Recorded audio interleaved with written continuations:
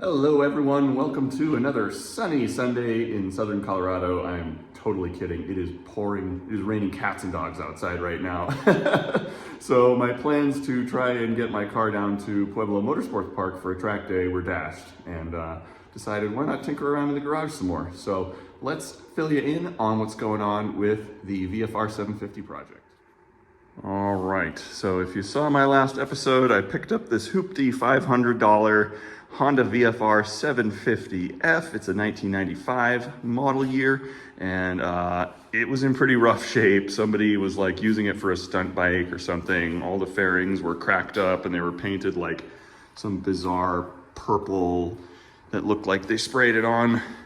And yeah, it was pretty atrocious. The bike ran from what I understood, but that was really about it. Wiring harness is all hacked up, not really a lot of usable pieces on it, but that's mostly okay because I just needed the engine, gearbox, frame, swing arm, and a couple other pieces of forks to be able to try to build a Honda RC30 tribute bike. So 1990 Honda RC30. So right now we're pretty much where we left off on the last video installment.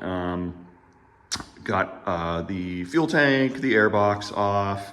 I'm going to work on taking the wiring harness out today so that I can assess what's going on with that. I just connected with somebody in Pennsylvania who's parting one of these out, and so whatever, I need to make an assessment of what things additionally that I will need from this bike to then be able to start completing the RC30 project. So we're going to do that.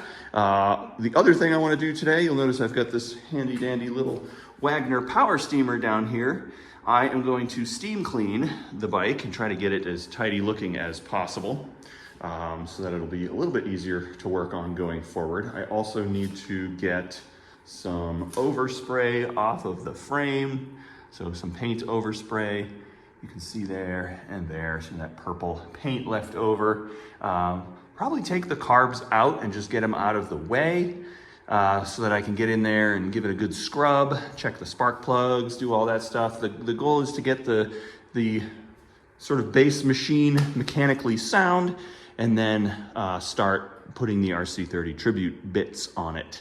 So I suspect I'm going to need a new chain, a new sprocket. I could be wrong, but we'll see. I think we change up the brakes a little bit. So just a number of things to get going on here. All right, so with that explanation out of the way, let's get to cleaning. But first, coffee.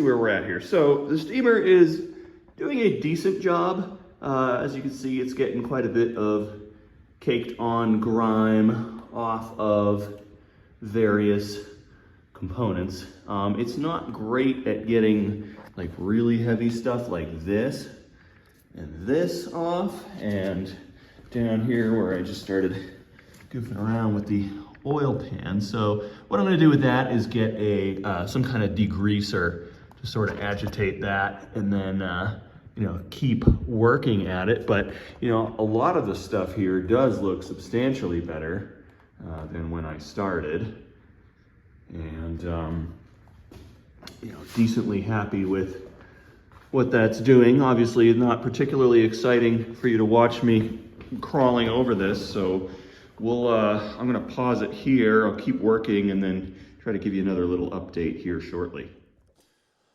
All right, well, what I've discovered is that the brush on my steamer is getting really clogged up with all sorts of nasty gunk, and it's at the point where it's just sort of moving things around from one spot to another. So I'm gonna call it on the steam cleaning for now. I'm obviously gonna need to get in there and get some heavy duty degreaser or something to get any further cleaning done on the actual engine and the swing arm and sprocket and all that stuff. But I'm gonna continue going ahead here. I'm going to take some more stuff apart, essentially radiator, oil cooler, get some more hoses out of the way, get these coils out of here, and just kind of get it to a point where I can get more access to stuff and get a deeper clean done. So we will continue on here. All right, so I've got the oil cooler dangling here, draining some extra oil out, and I'm curious, as I go to take this radiator off, what color this coolant looks like coming out. So it looks green, but it's slightly murky. Let's see. I'm trying to do this with one hand. Okay, that's not horrible. I expected it to be far worse, but it does look like there's quite a bit of like sediment in there. So maybe not totally neglected, but we still have a lot of work to do. Okay, yeah, so when you look in there, you can see pretty grimy in there. I'm sure this overflow tank is 30 years old. You can see the line on there where it's just kind of stuck. So probably what I'll do is when I get this radiator off, I'll probably flush the radiator and I'll probably run some water through the engine and just try to flush out any gunk and grime. Do something similar probably with the oil because, yeah, 30-year-old bike. All right, I don't know what happened. Typical camera issues, but as you can see, skipped ahead a little bit. Got quite a bit less bike behind me. Let's zoom in here a little bit. All right, apologies viewers. Again, don't know what happened, but got quite a bit taken off. I got that overspray off the frame. This had some overspray. Still have a little bit left to get up here, but I got rid of most of that pink, purple gunk, whatever. I got the rear wheel off. I had exactly one socket that would take those really skinny 19 mil to get that off. Rear caliper, all the brake hoses. I still need to do the front calipers, of course.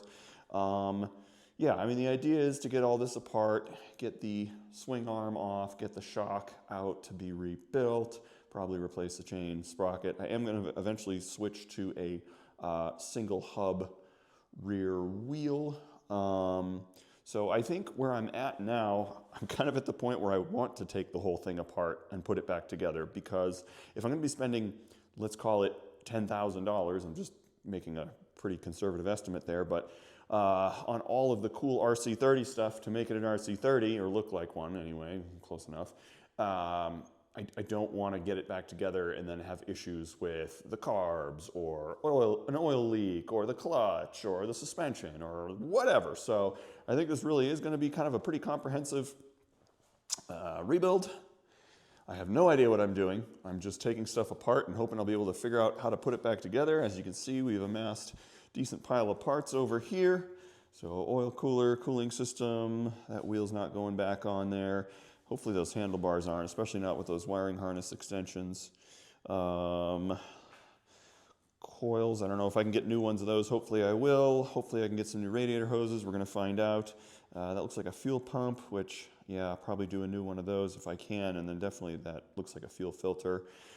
Oh, I don't know if I need to do different brakes for the RC30 specifically. I know I will be replacing this. Taiga Performance makes a nice aftermarket one. And obviously this rear brake pedal's pretty chewed up.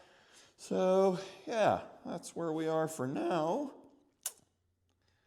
All right, and I think my back is telling me that it's time to call it quits for the night. So that's the end of this episode. Thank you so much for watching. Please like the video, leave a comment below, consider subscribing if you'd like to see more sports car content, and in this case, more motorcycle disassembly, hopefully eventually reassembly content from Cars and Corey. Thanks for watching.